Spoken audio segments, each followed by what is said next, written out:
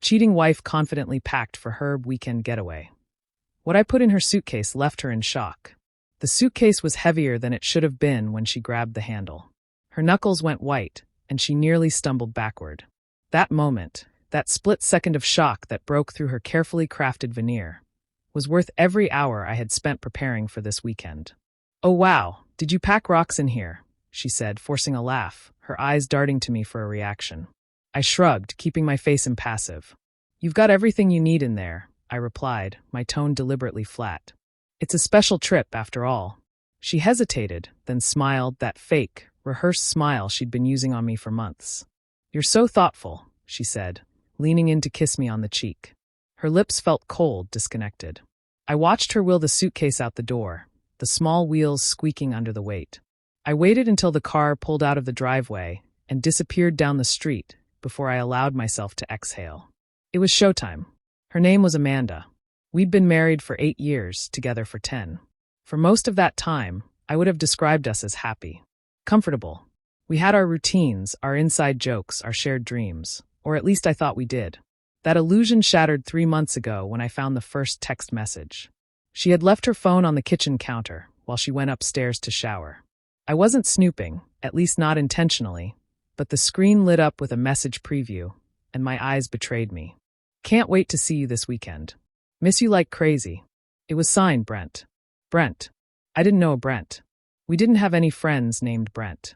There wasn't a Brent at her office. At least, so I thought. My heart dropped into my stomach, but I didn't pick up the phone. Not then, not yet. I'd learned enough in my life to know that rushing in blind would get me nowhere. I needed proof. Hard proof. And proof I found. The weeks that followed were a masterclass in deception. Mine, not hers. While she thought I was oblivious, I was slowly unraveling the web she and Brent had spun. I'd installed a keylogger on her laptop when she left it unattended, capturing their emails and chats. I followed her once, keeping a safe distance as she worked late at an upscale hotel downtown. And the topper? I placed a GPS tracker in her car. What I discovered was sickening. Every lie she told, every excuse, every "I love you" she whispered to me before heading out to meet him drove a knife deeper into my chest. But I didn't confront her, not yet. She'd woven a narrative of control, but she didn't realize she was the puppet, not the puppeteer. I'd let her think she was getting away with it. And then I'd let her fall. When she announced her weekend getaway with the girls, I almost laughed. She was so transparent now that I knew what to look for. Her fabricated stories didn't align. Too many friends conveniently unavailable to confirm plans, too many last-minute changes, and the lingering scent of cologne on her blouse the last time she came home late. That wasn't mine. "You deserve some time to unwind," I told her when she broached the subject. "I've got some projects around the house to keep me busy." She beamed. "You're the best." The audacity. I played the part of the oblivious husband, even helping her pack. But while she selected her favorite outfits, ones I knew she'd wear to impress him, I was working on my own suitcase. Not with clothes.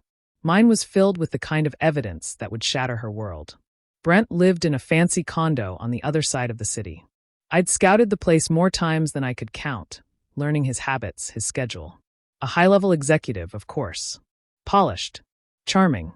A man who probably never thought twice about the husband of the woman he was sleeping with. When I arrived, I parked down the street and watched from the shadows. Amanda's car was already there, parked crookedly in her rush to get inside. I waited another hour, giving them time to settle in, before walking up to the building. I'd rehearsed this moment in my head countless times, but nothing prepared me for the real thing. My heart was pounding, adrenaline coursing through me like fire. I knocked, firm, authoritative. The door opened, and there he was. Brent. Late 30s, dark hair, expensive watch glinting in the hallway light. His smile faltered the moment he saw me. "Can I help you?" he asked, his tone cautious. "Oh, I think you can," I replied, stepping forward.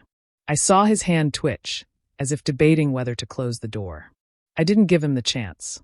My shoulder hit the door, and I was inside. "Hey, you can't." "Shut up, Brent," I snapped, my voice sharp enough to cut glass. "You and I need to have a little chat." Amanda appeared then, stepping into the hallway. Her face drained of color when she saw me. She clutched the robe around her like it was a shield. "Mark, what are you doing here?" I ignored her, focusing on Brent. "You know who I am, don't you?" He swallowed hard. I think you should leave. I laughed. A cold, bitter sound. Oh, I'll leave. But not before we've had our conversation.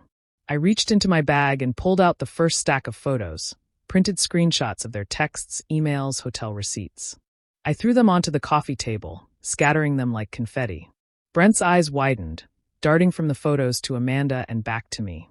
You thought you were clever, didn't you? I continued, my voice rising. Sneaking around, thinking you wouldn't get caught. Did you think I was stupid? That I wouldn't notice? Mark, please. Amanda's voice was trembling now. Can we talk about this privately? Privately? I turned to her, my anger boiling over. You want privacy now? You didn't seem too concerned about that when you were screwing him behind my back. She flinched, tears pooling in her eyes, but I didn't care, not anymore. You don't get to cry, Amanda, I said, my voice cold. You made your choices. Now you'll face the consequences. I turned back to Brent, who looked like he wanted to sink into the floor. How does it feel, Brent? Knowing you've been caught? That your little game is over? Look, man, he stammered. I didn't mean for any of this to happen. Save it, I snapped. I'm not interested in your excuses. But your wife might be. His face went white. What? Oh yeah, I found her contact info. Lovely woman.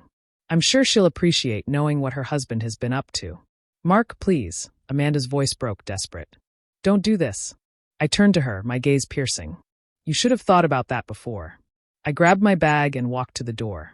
Before I left, I turned back to Brent. One more thing. If you ever come near my wife again, I'll make sure everyone in your professional circle knows exactly what kind of man you are. I left them standing there, the silence behind me deafening. The fallout was swift and brutal. I mailed the evidence to Brent's wife the next day, along with a note apologizing for the pain it would cause her. She filed for divorce within a week. Word spread quickly through Brent's company, and he was quietly asked to resign. As for Amanda, she tried to beg for forgiveness, to explain away her actions, but I wasn't interested. The divorce papers were already in motion. I made sure she left with nothing but the clothes on her back. It wasn't easy. None of it was. But as I stood in my now empty house, the weight of betrayal finally lifting, I realized something. I'd lost a wife, yes, but I'd gained something far more valuable, freedom. And the satisfaction of knowing that justice had been served.